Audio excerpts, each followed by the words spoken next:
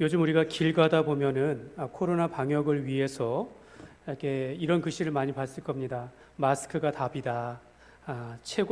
마스크는 최고의 백신이다. 뭐 이런 글귀를 많이 봤을 것입니다.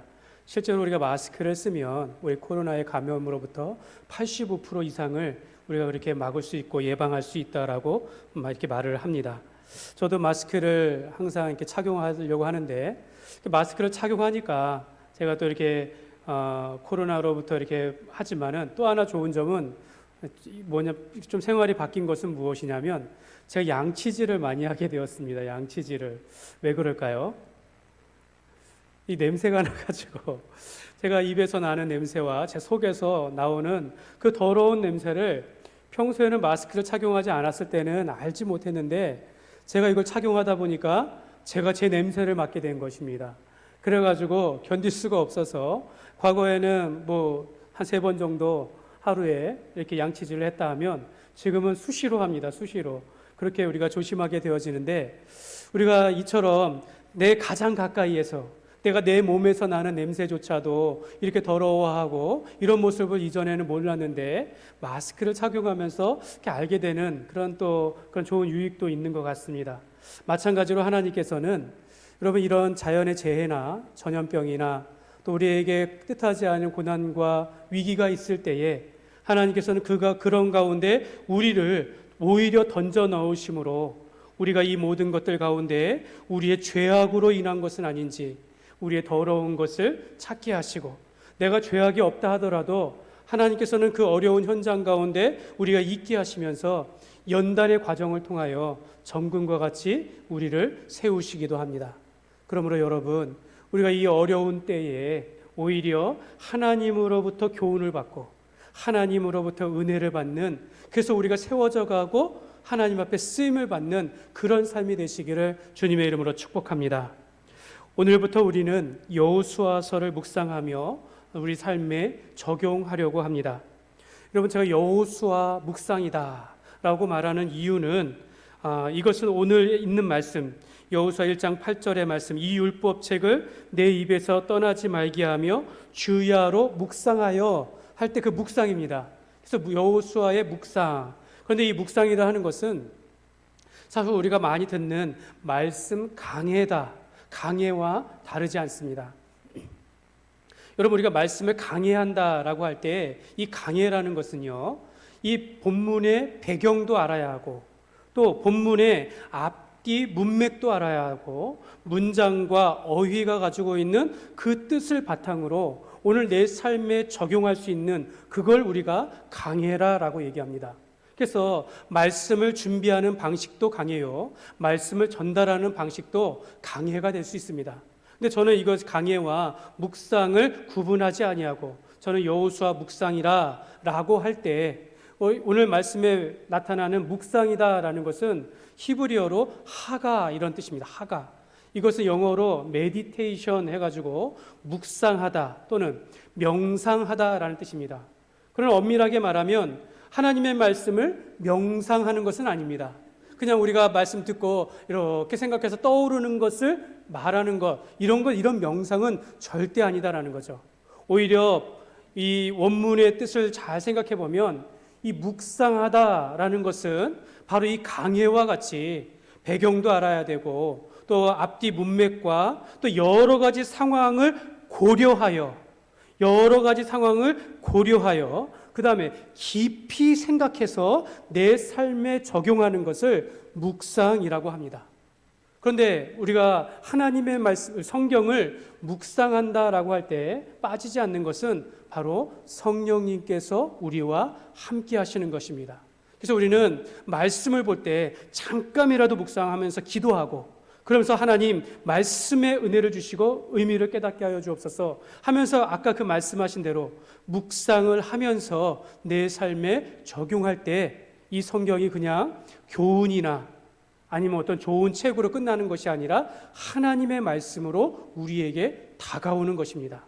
그래서 우리는 앞으로 여호수아서를 묵상할 때에 우리가 이 말씀, 오늘 1장 8절에 있는 말씀처럼 이 율법책을 내 입에서 떠나지 말게 하며 주야로 묵상하라 라고 할 때처럼 이 여호수아서는 사실은 오직 성경을 핵심적인 가치로 놓고 말씀을 봐야 한다라는 것입니다. 물론 모든 성경도 다 마찬가지겠지만 우리가 이 말씀의 가치, 이 여호수아서가 여호수아 말씀이 하나님의 말씀으로 우리가 받아들이기 위해서는 반드시 오직 성경이라는 절대적인 기준 가운데 우리가 봐야 한다라는 것입니다. 사랑하는 여러분 우리가 숲을 보지 않고 나무만 본다면 어떻게 되겠습니까? 여러분 성경을 보되 숲을 전체를 보지 아니하고 그냥 그날에 주어지는 또는 그 단어나 그거 하나 가지고 받는 은혜, 오늘 내게 받는 은혜가 있고 즐거움이 있지만 그러나 전체의 주제와 방향과 길을 알지 못하면 여러분 오늘 이 시간 말씀의 즐거움도 있고 은혜가 있다 하지만 내 인생을 돌아보면서 잘못된 길로 왔을 때에 성경 전체를 보지 못하고 큰 주제를 보지 못하면서 우리가 신앙생활 하다 보면 나중에 뒤를 돌아봤을 때에 그 젊었을 때의 모든 우리의 수고와 노력들이 헛될 수도 있다는 것을 여러분 꼭 기억하시기 바랍니다. 그래서 여러분 이 그림을 한번 보세요. 2017년도에 이탈리아의 한 마라톤 대회에서 여러분 마라톤 대회를 하면은요 앞에서 경찰 오토바이가 그 길을 인도해 줍니다. 선두 그룹을 인도해 줘요. 그런데 이 반환점을 돌면서 이 경찰 오토바이가 길을 잘못 인도한 거예요. 그래가지고 선두 그룹이 몇백 메타를 더 갔다라는 겁니다. 결국은 그 선두 그룹에서 우승자가 나오지 못하고 엉뚱한 사람이 우승하게 되었다라는 이야기입니다. 여러분 우리가 지금 목적과 방향을 올바르게 갖지 못하고 특별히 우리가 여호수아서를 본다, 우리가 묵상한다라고 할 때 여호수아가 주어지는 전체의 주제를 보지 못하고 눈앞에 있는 것을 보다 보면 우리가 잘못 이해하고 잘못 적용할 수가 있겠습니다. 그래서 여러분 이 여호수아서는 오늘 본문의 말씀 1장 1절부터 9절까지의 말씀은 오늘 여호수아 전체의 방향과 길을 보여줍니다. 하나님은 여호수아가 모세의 뒤를 이어서 이스라엘의 지도자로 삼으십니다. 그러면서 이제 첫 단락을 그에게 말씀하시면서 내가 큰 숲을 보면서 저 가나안 땅에 들어가라, 이스라엘 백성을 보라, 인도하라 라고 말씀하고 있는 것입니다.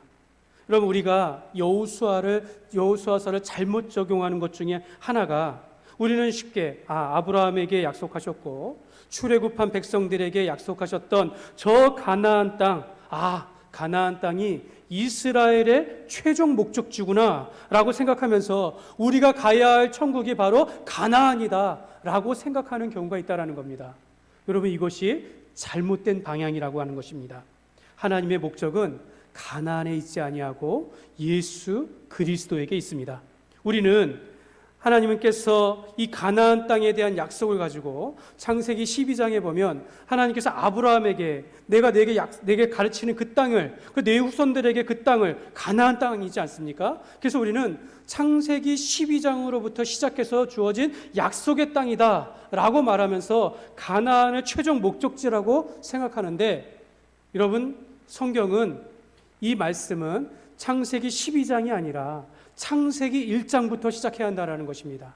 하나님의 창조 가운데 인간이 죄를 범하였을 때에 하나님께서는 그 죄인을 구원하시고 하나님의 나라를 이루시기 위한 계획을 가운데에서 아브라함을 부르셨던 것입니다.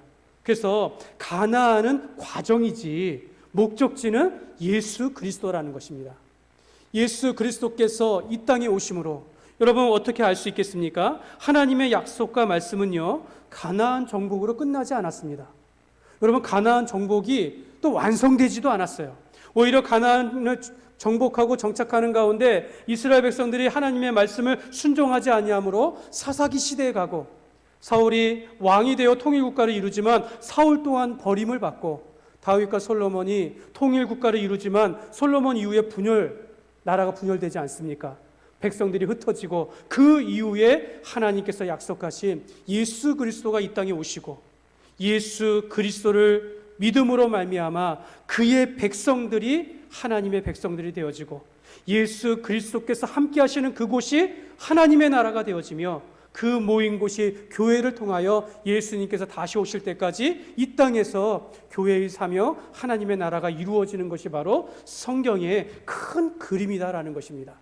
그러므로 여러분, 여호수아서를 하나님의 나라인 것처럼, 가나안 땅을 하나님의 나라인 것처럼 볼 것이 아니라 이 여호수아서의 주제는 바로 그리스도인들의 승리하는 신앙생활을 나타내고 있는 것입니다.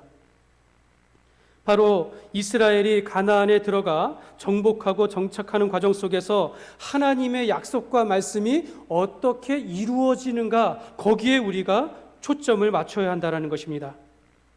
땅을 정복하고 분배하며 정착하는 것이 목표가 아니라 오늘 예수 안에서 구원받은 백성들이 이 가나안 땅과 같은 삶 속에서 이 땅에서 우리가 어떻게 살아가야 할지를 가르쳐주고 있는 것입니다. 그래서 여호수아의 주제는 승리하는 그리스도인의 생활입니다. 한번 따라해 볼까요? 승리하는 그리스도인의 생활. 그러니까 가나안에 정복하는 과정 가운데서 얼마나 고난과 힘듦과 역경이 있습니까? 그 가운데 그것을 어떻게 극복하는지를 가르쳐주는 겁니다. 여러분, 우리가 살아가는 동안에 요단강을 건너가야 할 그 어려운 상황이 있습니다. 초롱성과 같은, 여리고와 같은 어려운 상황 가운데 있을 때 내 교만과 내 지식으로 정복하려다가 실패하는 아이성, 내가 수많은 밟는 그 땅 가운데서 내가 내 힘으로 살아가는 것이 아니라 여호와를 의지하며 살아가는 것. 그래서 이 땅 가운데 우리가 어떻게 승리하느냐, 이 말씀을 가르쳐주는 것이 바로 여호수아서입니다. 그래서 여호수아는 이 모든 과정을 지나가면서 마지막 때 내가 오늘 너희들은 지금 하나님을 떠나서 하나님의 말씀대로 이 민족들, 가나안의 민족들을 다 제하지 않았지만 너희가 오늘 선택하라. 오늘 나와 내 집은 여호와를 섬기겠노라. 이렇게 여호수아가 고백하며 여호수아서를 마칩니다.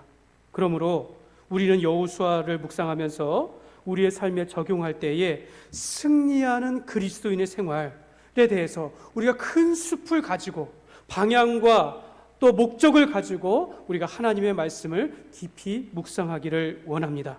하나님은 여호수아에게 가나안을 정복하는 데 있어서 전쟁의 전략이나 전술, 무기의 제작이나 군대의 조직을 가르쳐주지 않았습니다. 대신 이스라엘을 향한 하나님의 약속을 다시 상기시켜 주셨어요. 이 가나안 땅을 정복하고 정착하는 데 있어서 오히려 큰 민족을 이루는 가운데 어떻게 조직하고 군대를 일으키며 전략과 전술을 가르쳐 줄 알았는데 하나님은 그것을 가르쳐 주는 것이 아니라 오히려 약속된 하나님의 말씀을 다시 상기시켜 주었습니다. 이처럼 하나님은 우리의 인생을 성공의 스토리로 보지 아니하고 또 우리가 부동산을 어떻게 모아야 하는지 재산을 모으고 그것이 우리의 성공이라 가르쳐주지 아니하고 오히려 그런 것에 집착할 때에 네가 돌아보아라. 하나님의 말씀을 다시 상기시켜 준다라는 겁니다.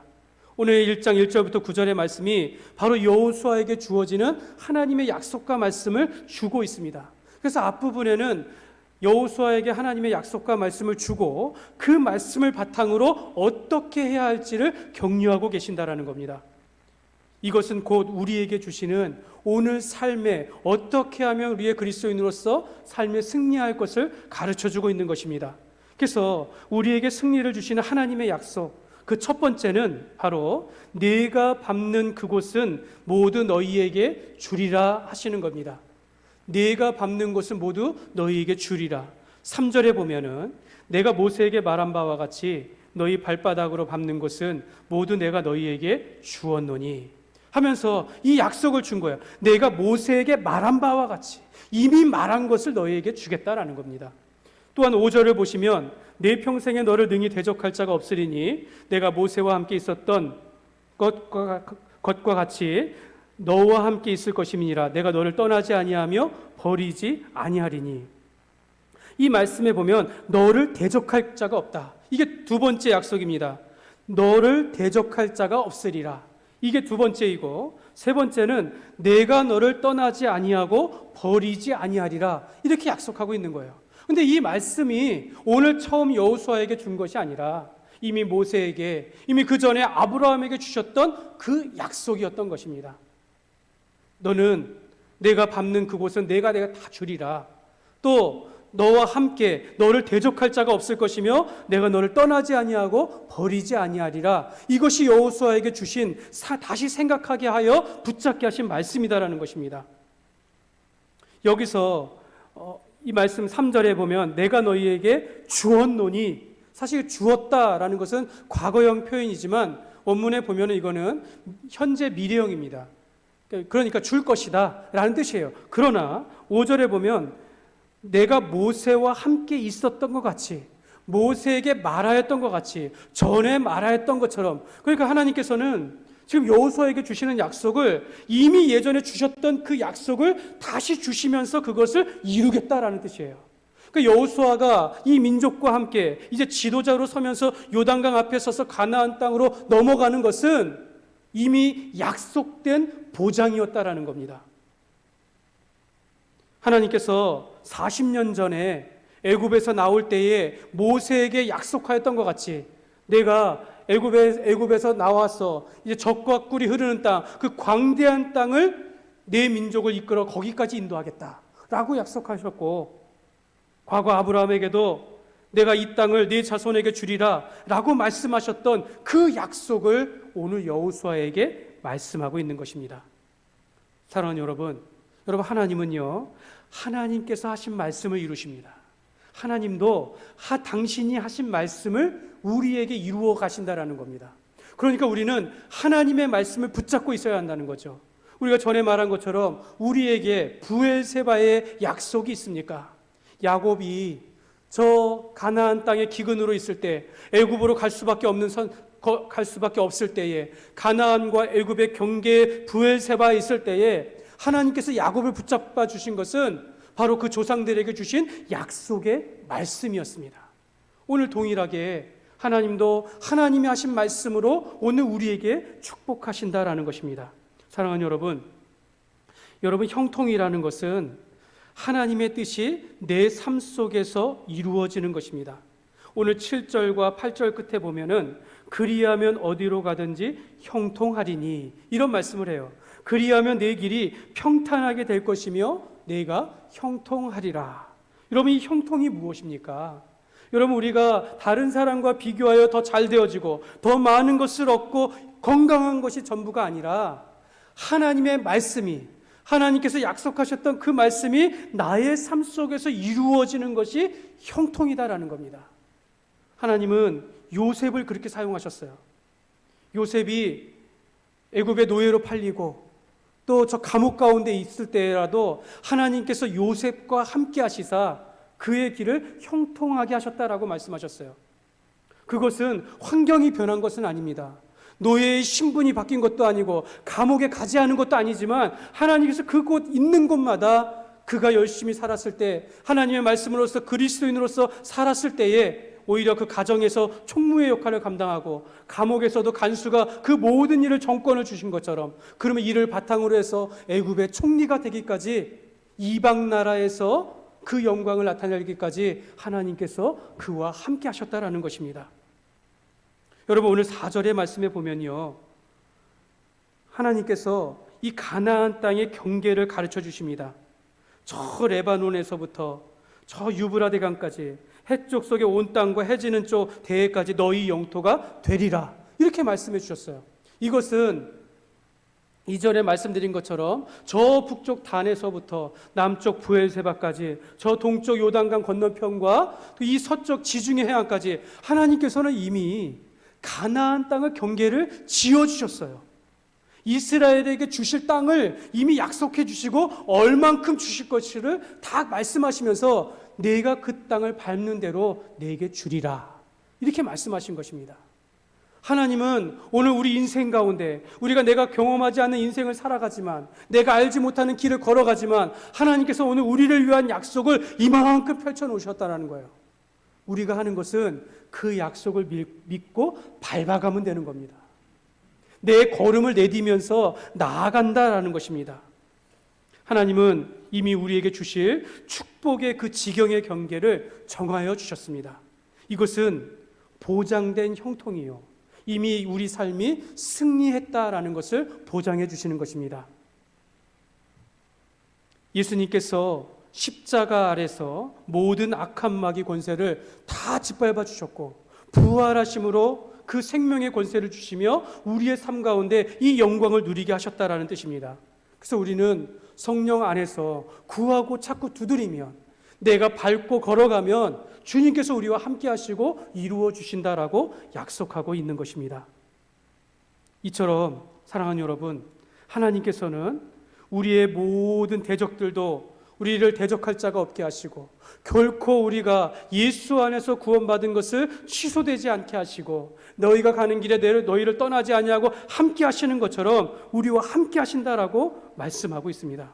사랑하는 여러분, 하나님께서는 우리에게 아무 일이 벌어지지 않는 것, 어떤 사람은 이거를 평안이다라고 이야기하는데, 여러분 그것을 승리라고 이야기하면 안 된다라는 것이죠. 또 고난이 없고 고통이 없고 질병이 없는 것을 그 사람의 형통이라고 말씀하시지 않습니다. 오히려 고난 가운데 인내하며 고통 속에서도 내가 발을 디디며 발을 밟으며 나아가기를 원하신다라는 거죠. 내가 힘들어도 발바닥으로 그 땅을 밟아야 그 땅을 취할 것이다 라고 약속하고 있습니다. 그렇다면 여러분, 우리는 우리의 삶이 어떤 보이지 않는 터널을 지나가는 것이 아니라 확실하게 보장된 그 십자가의 능력과 또 그 승리함을 붙잡고 우리의 인생을 살아간다라는 것입니다. 하나님은 이 여호수아에게 이 약속을 다시 상기시켜 주었습니다. 그러므로 우리도 하나님의 약속과 이 말씀으로 인하여 우리 삶 가운데 승리하는 삶이 되시기를 주님의 이름으로 축원합니다. 이렇게 하나님께서는 여호수아에게 약속을 주시고 이제 이 약속 가운데 이제 행할 수 있도록 격려를 해주시는 거예요. 그 첫 번째가 무엇이냐면 강하고 담대하라입니다. 6절에도 강하고 담대하라 말씀하고 있고 7절에도 오직 강하고 극히 담대하라 이렇게 말씀하고 있고 9절에도 내가 명령한 것이 아니냐, 강하고 담대하라, 두려워하지 말고 놀라지 말라 이렇게 말씀하고 있어요. 여러분, 강하고 두려워하지 말라 얼뜻 보면 명령인 것 같은데 사실 그렇지 않습니다. 물론 이 어법상으로는 명령이지만 너가 두려워하고 있기 때문에 힘을 주시는 거예요. 네가 지금 두려워하고 있고 준비되지 않은 것 같으니까 너에게 격려하고 있는 것이 바로 지금 강하고 두려워 담대하라 라고 말씀하고 있는 겁니다. 여호수아는요, 이미 사실은 충분히 준비된 지도자였습니다. 모세의 곁에서 40년 동안 그 옆을 지켰던 충성된 종이요 용사였습니다.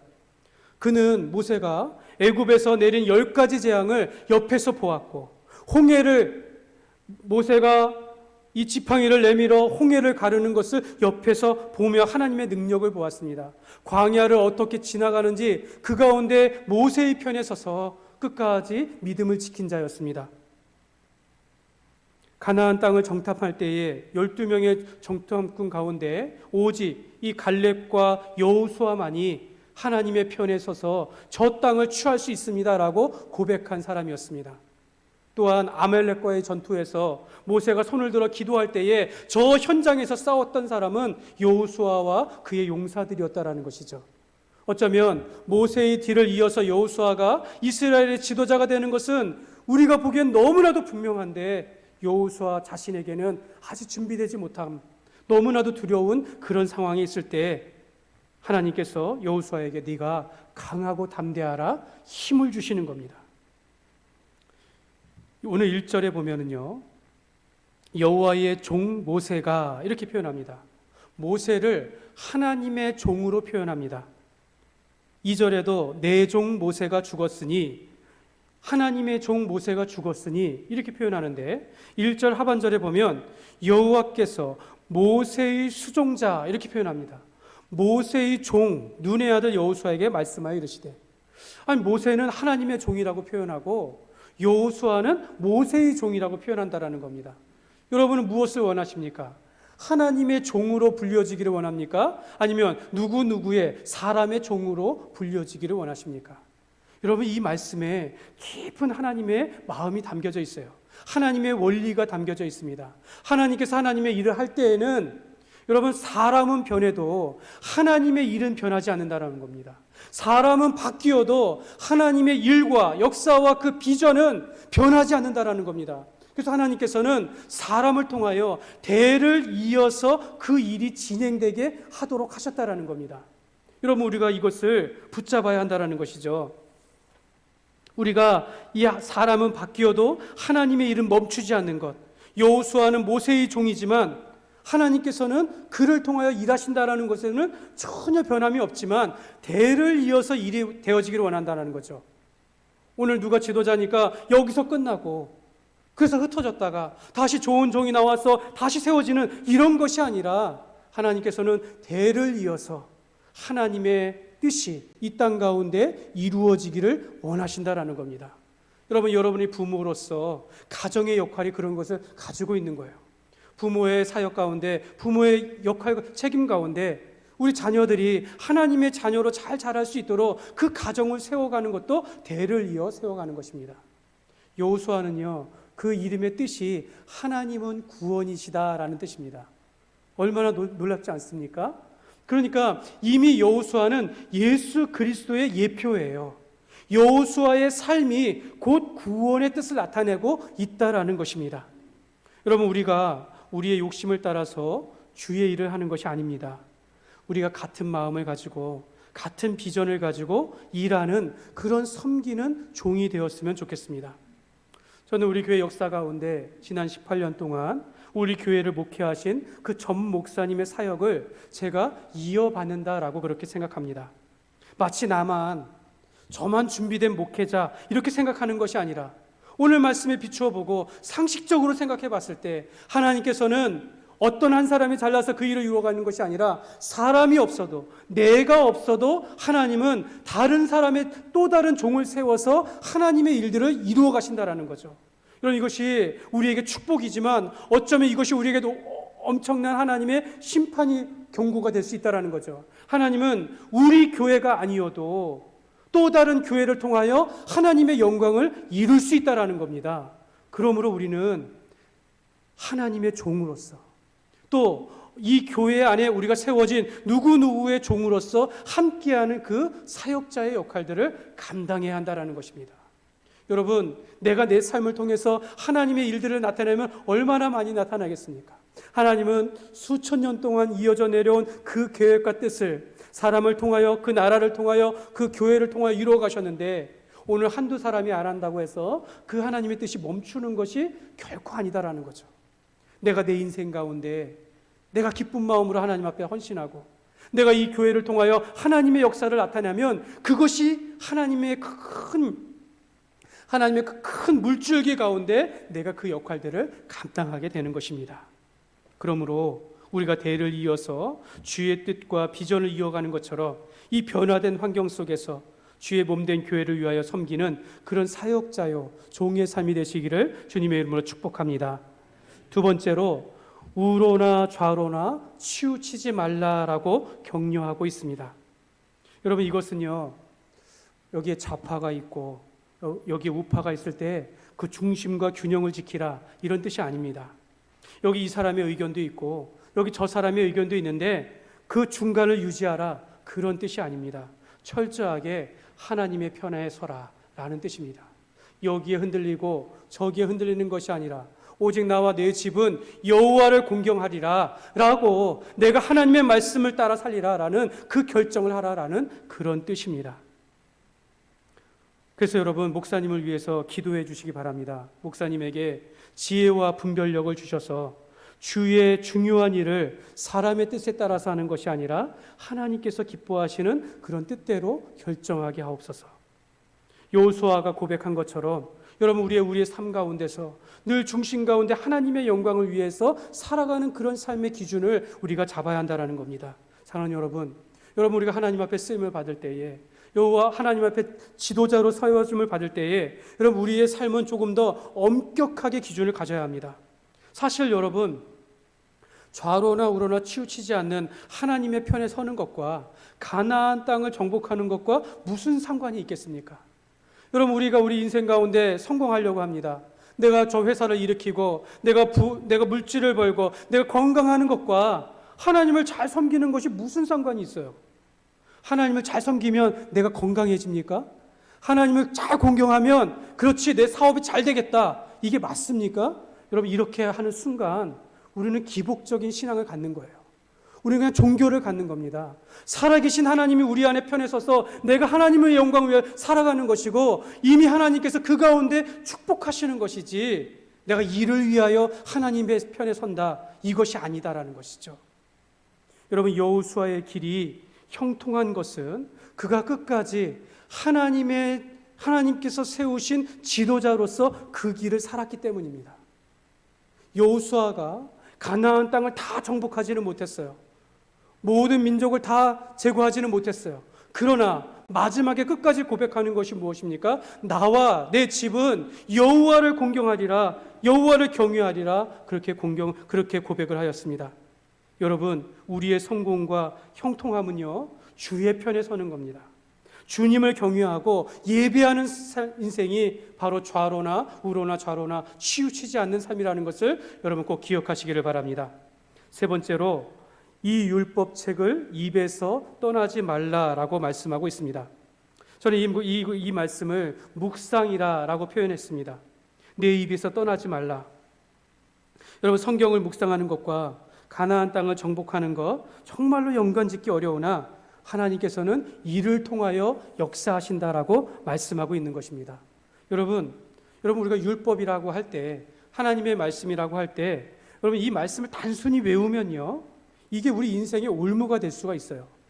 제가 뭐 암송하지 말라는 뜻은 아닙니다.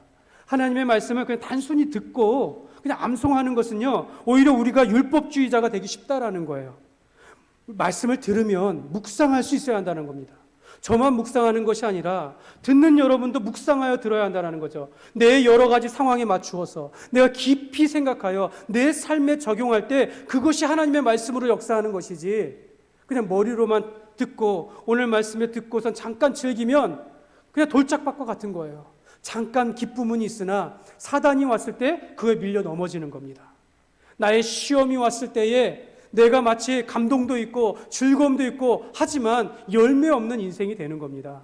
우리의 인생에 시련과 어려움이 있을 때에 하나님의 말씀이 나를 움직이지 못하면 우리는 넘어지는 것입니다. 마태복음 7장 21절에 보면 나더러 주여 주여 하는 자마다 다 천국에 들어갈 것이 아니요 다만 하늘에 계신 내 아버지의 뜻대로 행하는 자라야 들어가리라. 여러분 이 말씀을 왜 모르겠습니까? 그런데 이걸 단순하게 듣는 것으로 그치는 것이 아니라 말하는 것으로 그치는 것이 아니라 실천해야 한다. 여러분 이것도 좀 문제가 있는 거예요. 하나님께서 내게 주신 뜻을 따라서 여러분 왜 우리가 주여 주여 외치지 못합니까? 그 주여 주여 하는 그 말에 내 믿음이 들어가고 하나님이 살아계신 하나님을 따라 살아가는 그 진심이 나오는 그 자체가 실천이다라는 거예요. 우리가 겉으로만 말로만 하는 것이 아니라 우리의 중심을 다하여 이 코로나의 위기 때 배우는 것 이것 아닙니까? 우리 중심을 다하여 하나님을 바라보는 신앙. 사랑하는 여러분 하나님과의 가까움은 하나님과의 교제는요 하나님의 말씀을 내 삶 속에 적용하는 것입니다. 하나님의 말씀이 경고하는데 내가 내 죄악과 더러움을 보지 못한다면 하나님께서 일에 결정하라고 할 때 구하고 찾고 두드리라고 하는데 내 경험과 지식만을 내가 그냥 살아온 흘러가는 상황들로 결정한다면 그것이 하나님과의 교제가 아니라 오히려 하나님 없이 내 인생을 살아가는 것과 같다라는 것입니다. 여러분 우리가 말씀을 맺으면서 여러분 우리가 올 한 해 하나님 앞에서 이 말씀의 훈련이 되어지기를 원합니다. 여러분 김형석 교수님이라고 들어보셨나요? 요즘에 뉴스에도 많이 나오고 그분의 책도 많이 나왔는데 물론 그분의 그 신앙과 말씀을 이야기하는 것이 아니라 그분은 올해 102살이 되셨습니다. 102살. 102살인데 여전히 총명하시고 건강하셔요. 연세대 명예교수이시고 철학자이신데 그는 지금도 매년 한 권씩 책을 쓸 정도입니다.